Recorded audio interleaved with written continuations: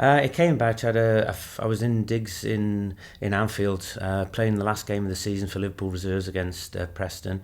Got a phone call from Colin Wood, who was a newspaper writer for the Daily Mail, and he said, would I be interested in signing for Everton? And I said, of course, I'd be delighted to. He said, well, put the phone down and Howard Kendall will ring you up.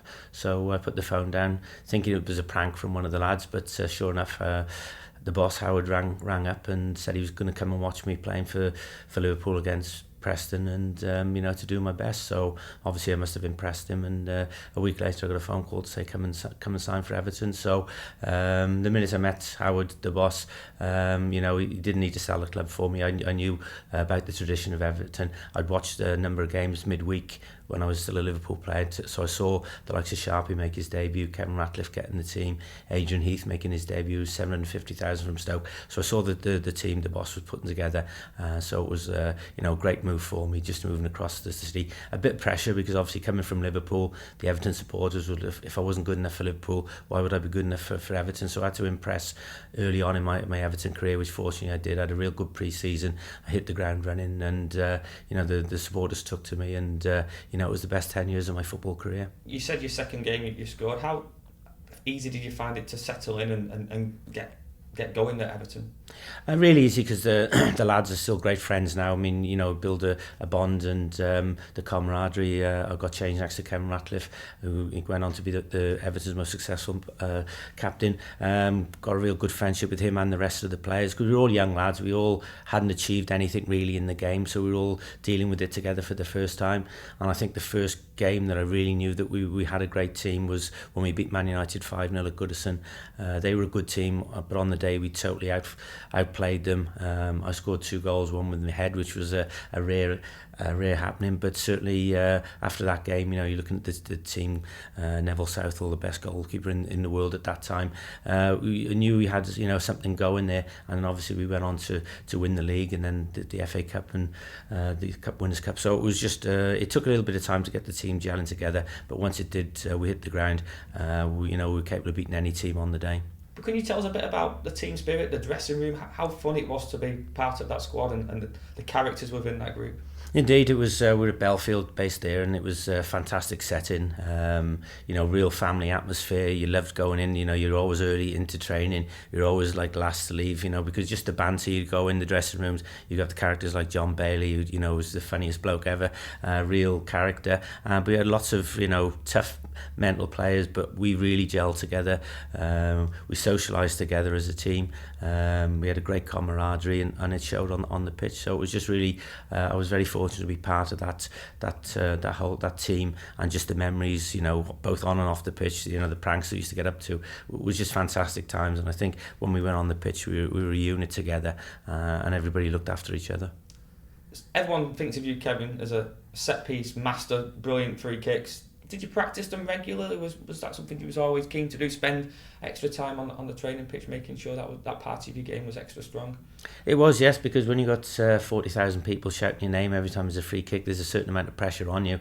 But certainly I did put the practice in. So after training, I just go through my routine of free kicks, and that's why I was successful with it. And I say to the younger players that you've got to practice. You can't just go out there and it just happens. You've got to have I watched David Beckham practicing his free kicks when I was playing for Ireland. We were playing Spain, and we trained at Seville's training ground, and I saw Maradona coming out onto the training pitch, and he was just practicing his free kicks. He was fantastic at them. So you've got to be able to practice. So fortunately, it was something that I had in my repertoire, and left some really good memories for the Everton supporters. Your double free kick against Ipswich, what do you remember about that day?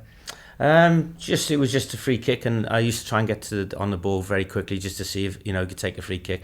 The wall wasn't set properly. Paul Cooper wasn't set, and I bent it into his top right hand corner.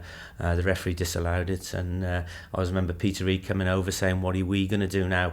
Well, everyone knows Peter wasn't a goal scoring expert. I just said, "Just get it the way, Peter, and I'll just put it in the other side." So Paul Cooper, he over exaggerated to the right because he knew I could put it there. He left a nice little space to his bottom left, so I managed to dink it over the wall, and it was just a great feeling and a great memory to look back on. we're still asking you about it now. The fans still remind you about that day? Oh, they do. They, because they ask me what's my best goal, and I ask them what do they think my best goal was, and the majority say the double free kick against Ipswich. So it's just fantastic to have left a memory for so many people. Another thing I'm sure the fans all ask you about as well is your celebration in front of the Kop that day in 1987, was it? Is it? It was, yes, yeah. It's probably one of my best strikes ever. It was about 25 yards out, and as soon as it left my boot, I knew it was in. It nestled right in the top corner, and for some reason, I went and give a two-finger salute to the Kop, which I got away with. It got called before the FA and managed to talk my way out of it. So it's again. A special memory. It was nothing meant in it. It was just something that it wasn't planned or anything like that. And I still get the Liverpool supporters laughing about it as well. They take it in good spirit as well. So again, another great moment. And if you did that nowadays, you'd probably get banned with all the retrospective video evidence. Oh, you would indeed, yes. I mean, the footage wasn't great. They got me. You could see it clearly, and I managed to talk my way out of it. So I wasn't really down in the FA very much, because I didn't really get booked or anything like that. So I think they took that into consideration. But just great to look back on little memories like that. What are your memories of playing in the tournaments with Ireland in the Euros in '88 and the World Cup in 1990? Just fantastic memories. Just big games. It's just a different environment. You're playing against countries. In '88, we were 6 minutes away from getting through to the semi-finals. We beat England 1-0. Ray Houghton scored with a header. We drew against Russia, and we needed a point against Holland to qualify, and they scored 6 minutes from time. So they were the best team in it. I mean, Hull had scored in the final. Van Basten scored that brilliant volley that everyone remembers. But I think it just gave all the players with Ireland the confidence that we could compete against the best teams and the best players in the world, and certainly that helped us the following 2 years to qualify for the World Cup in Italy in 1990.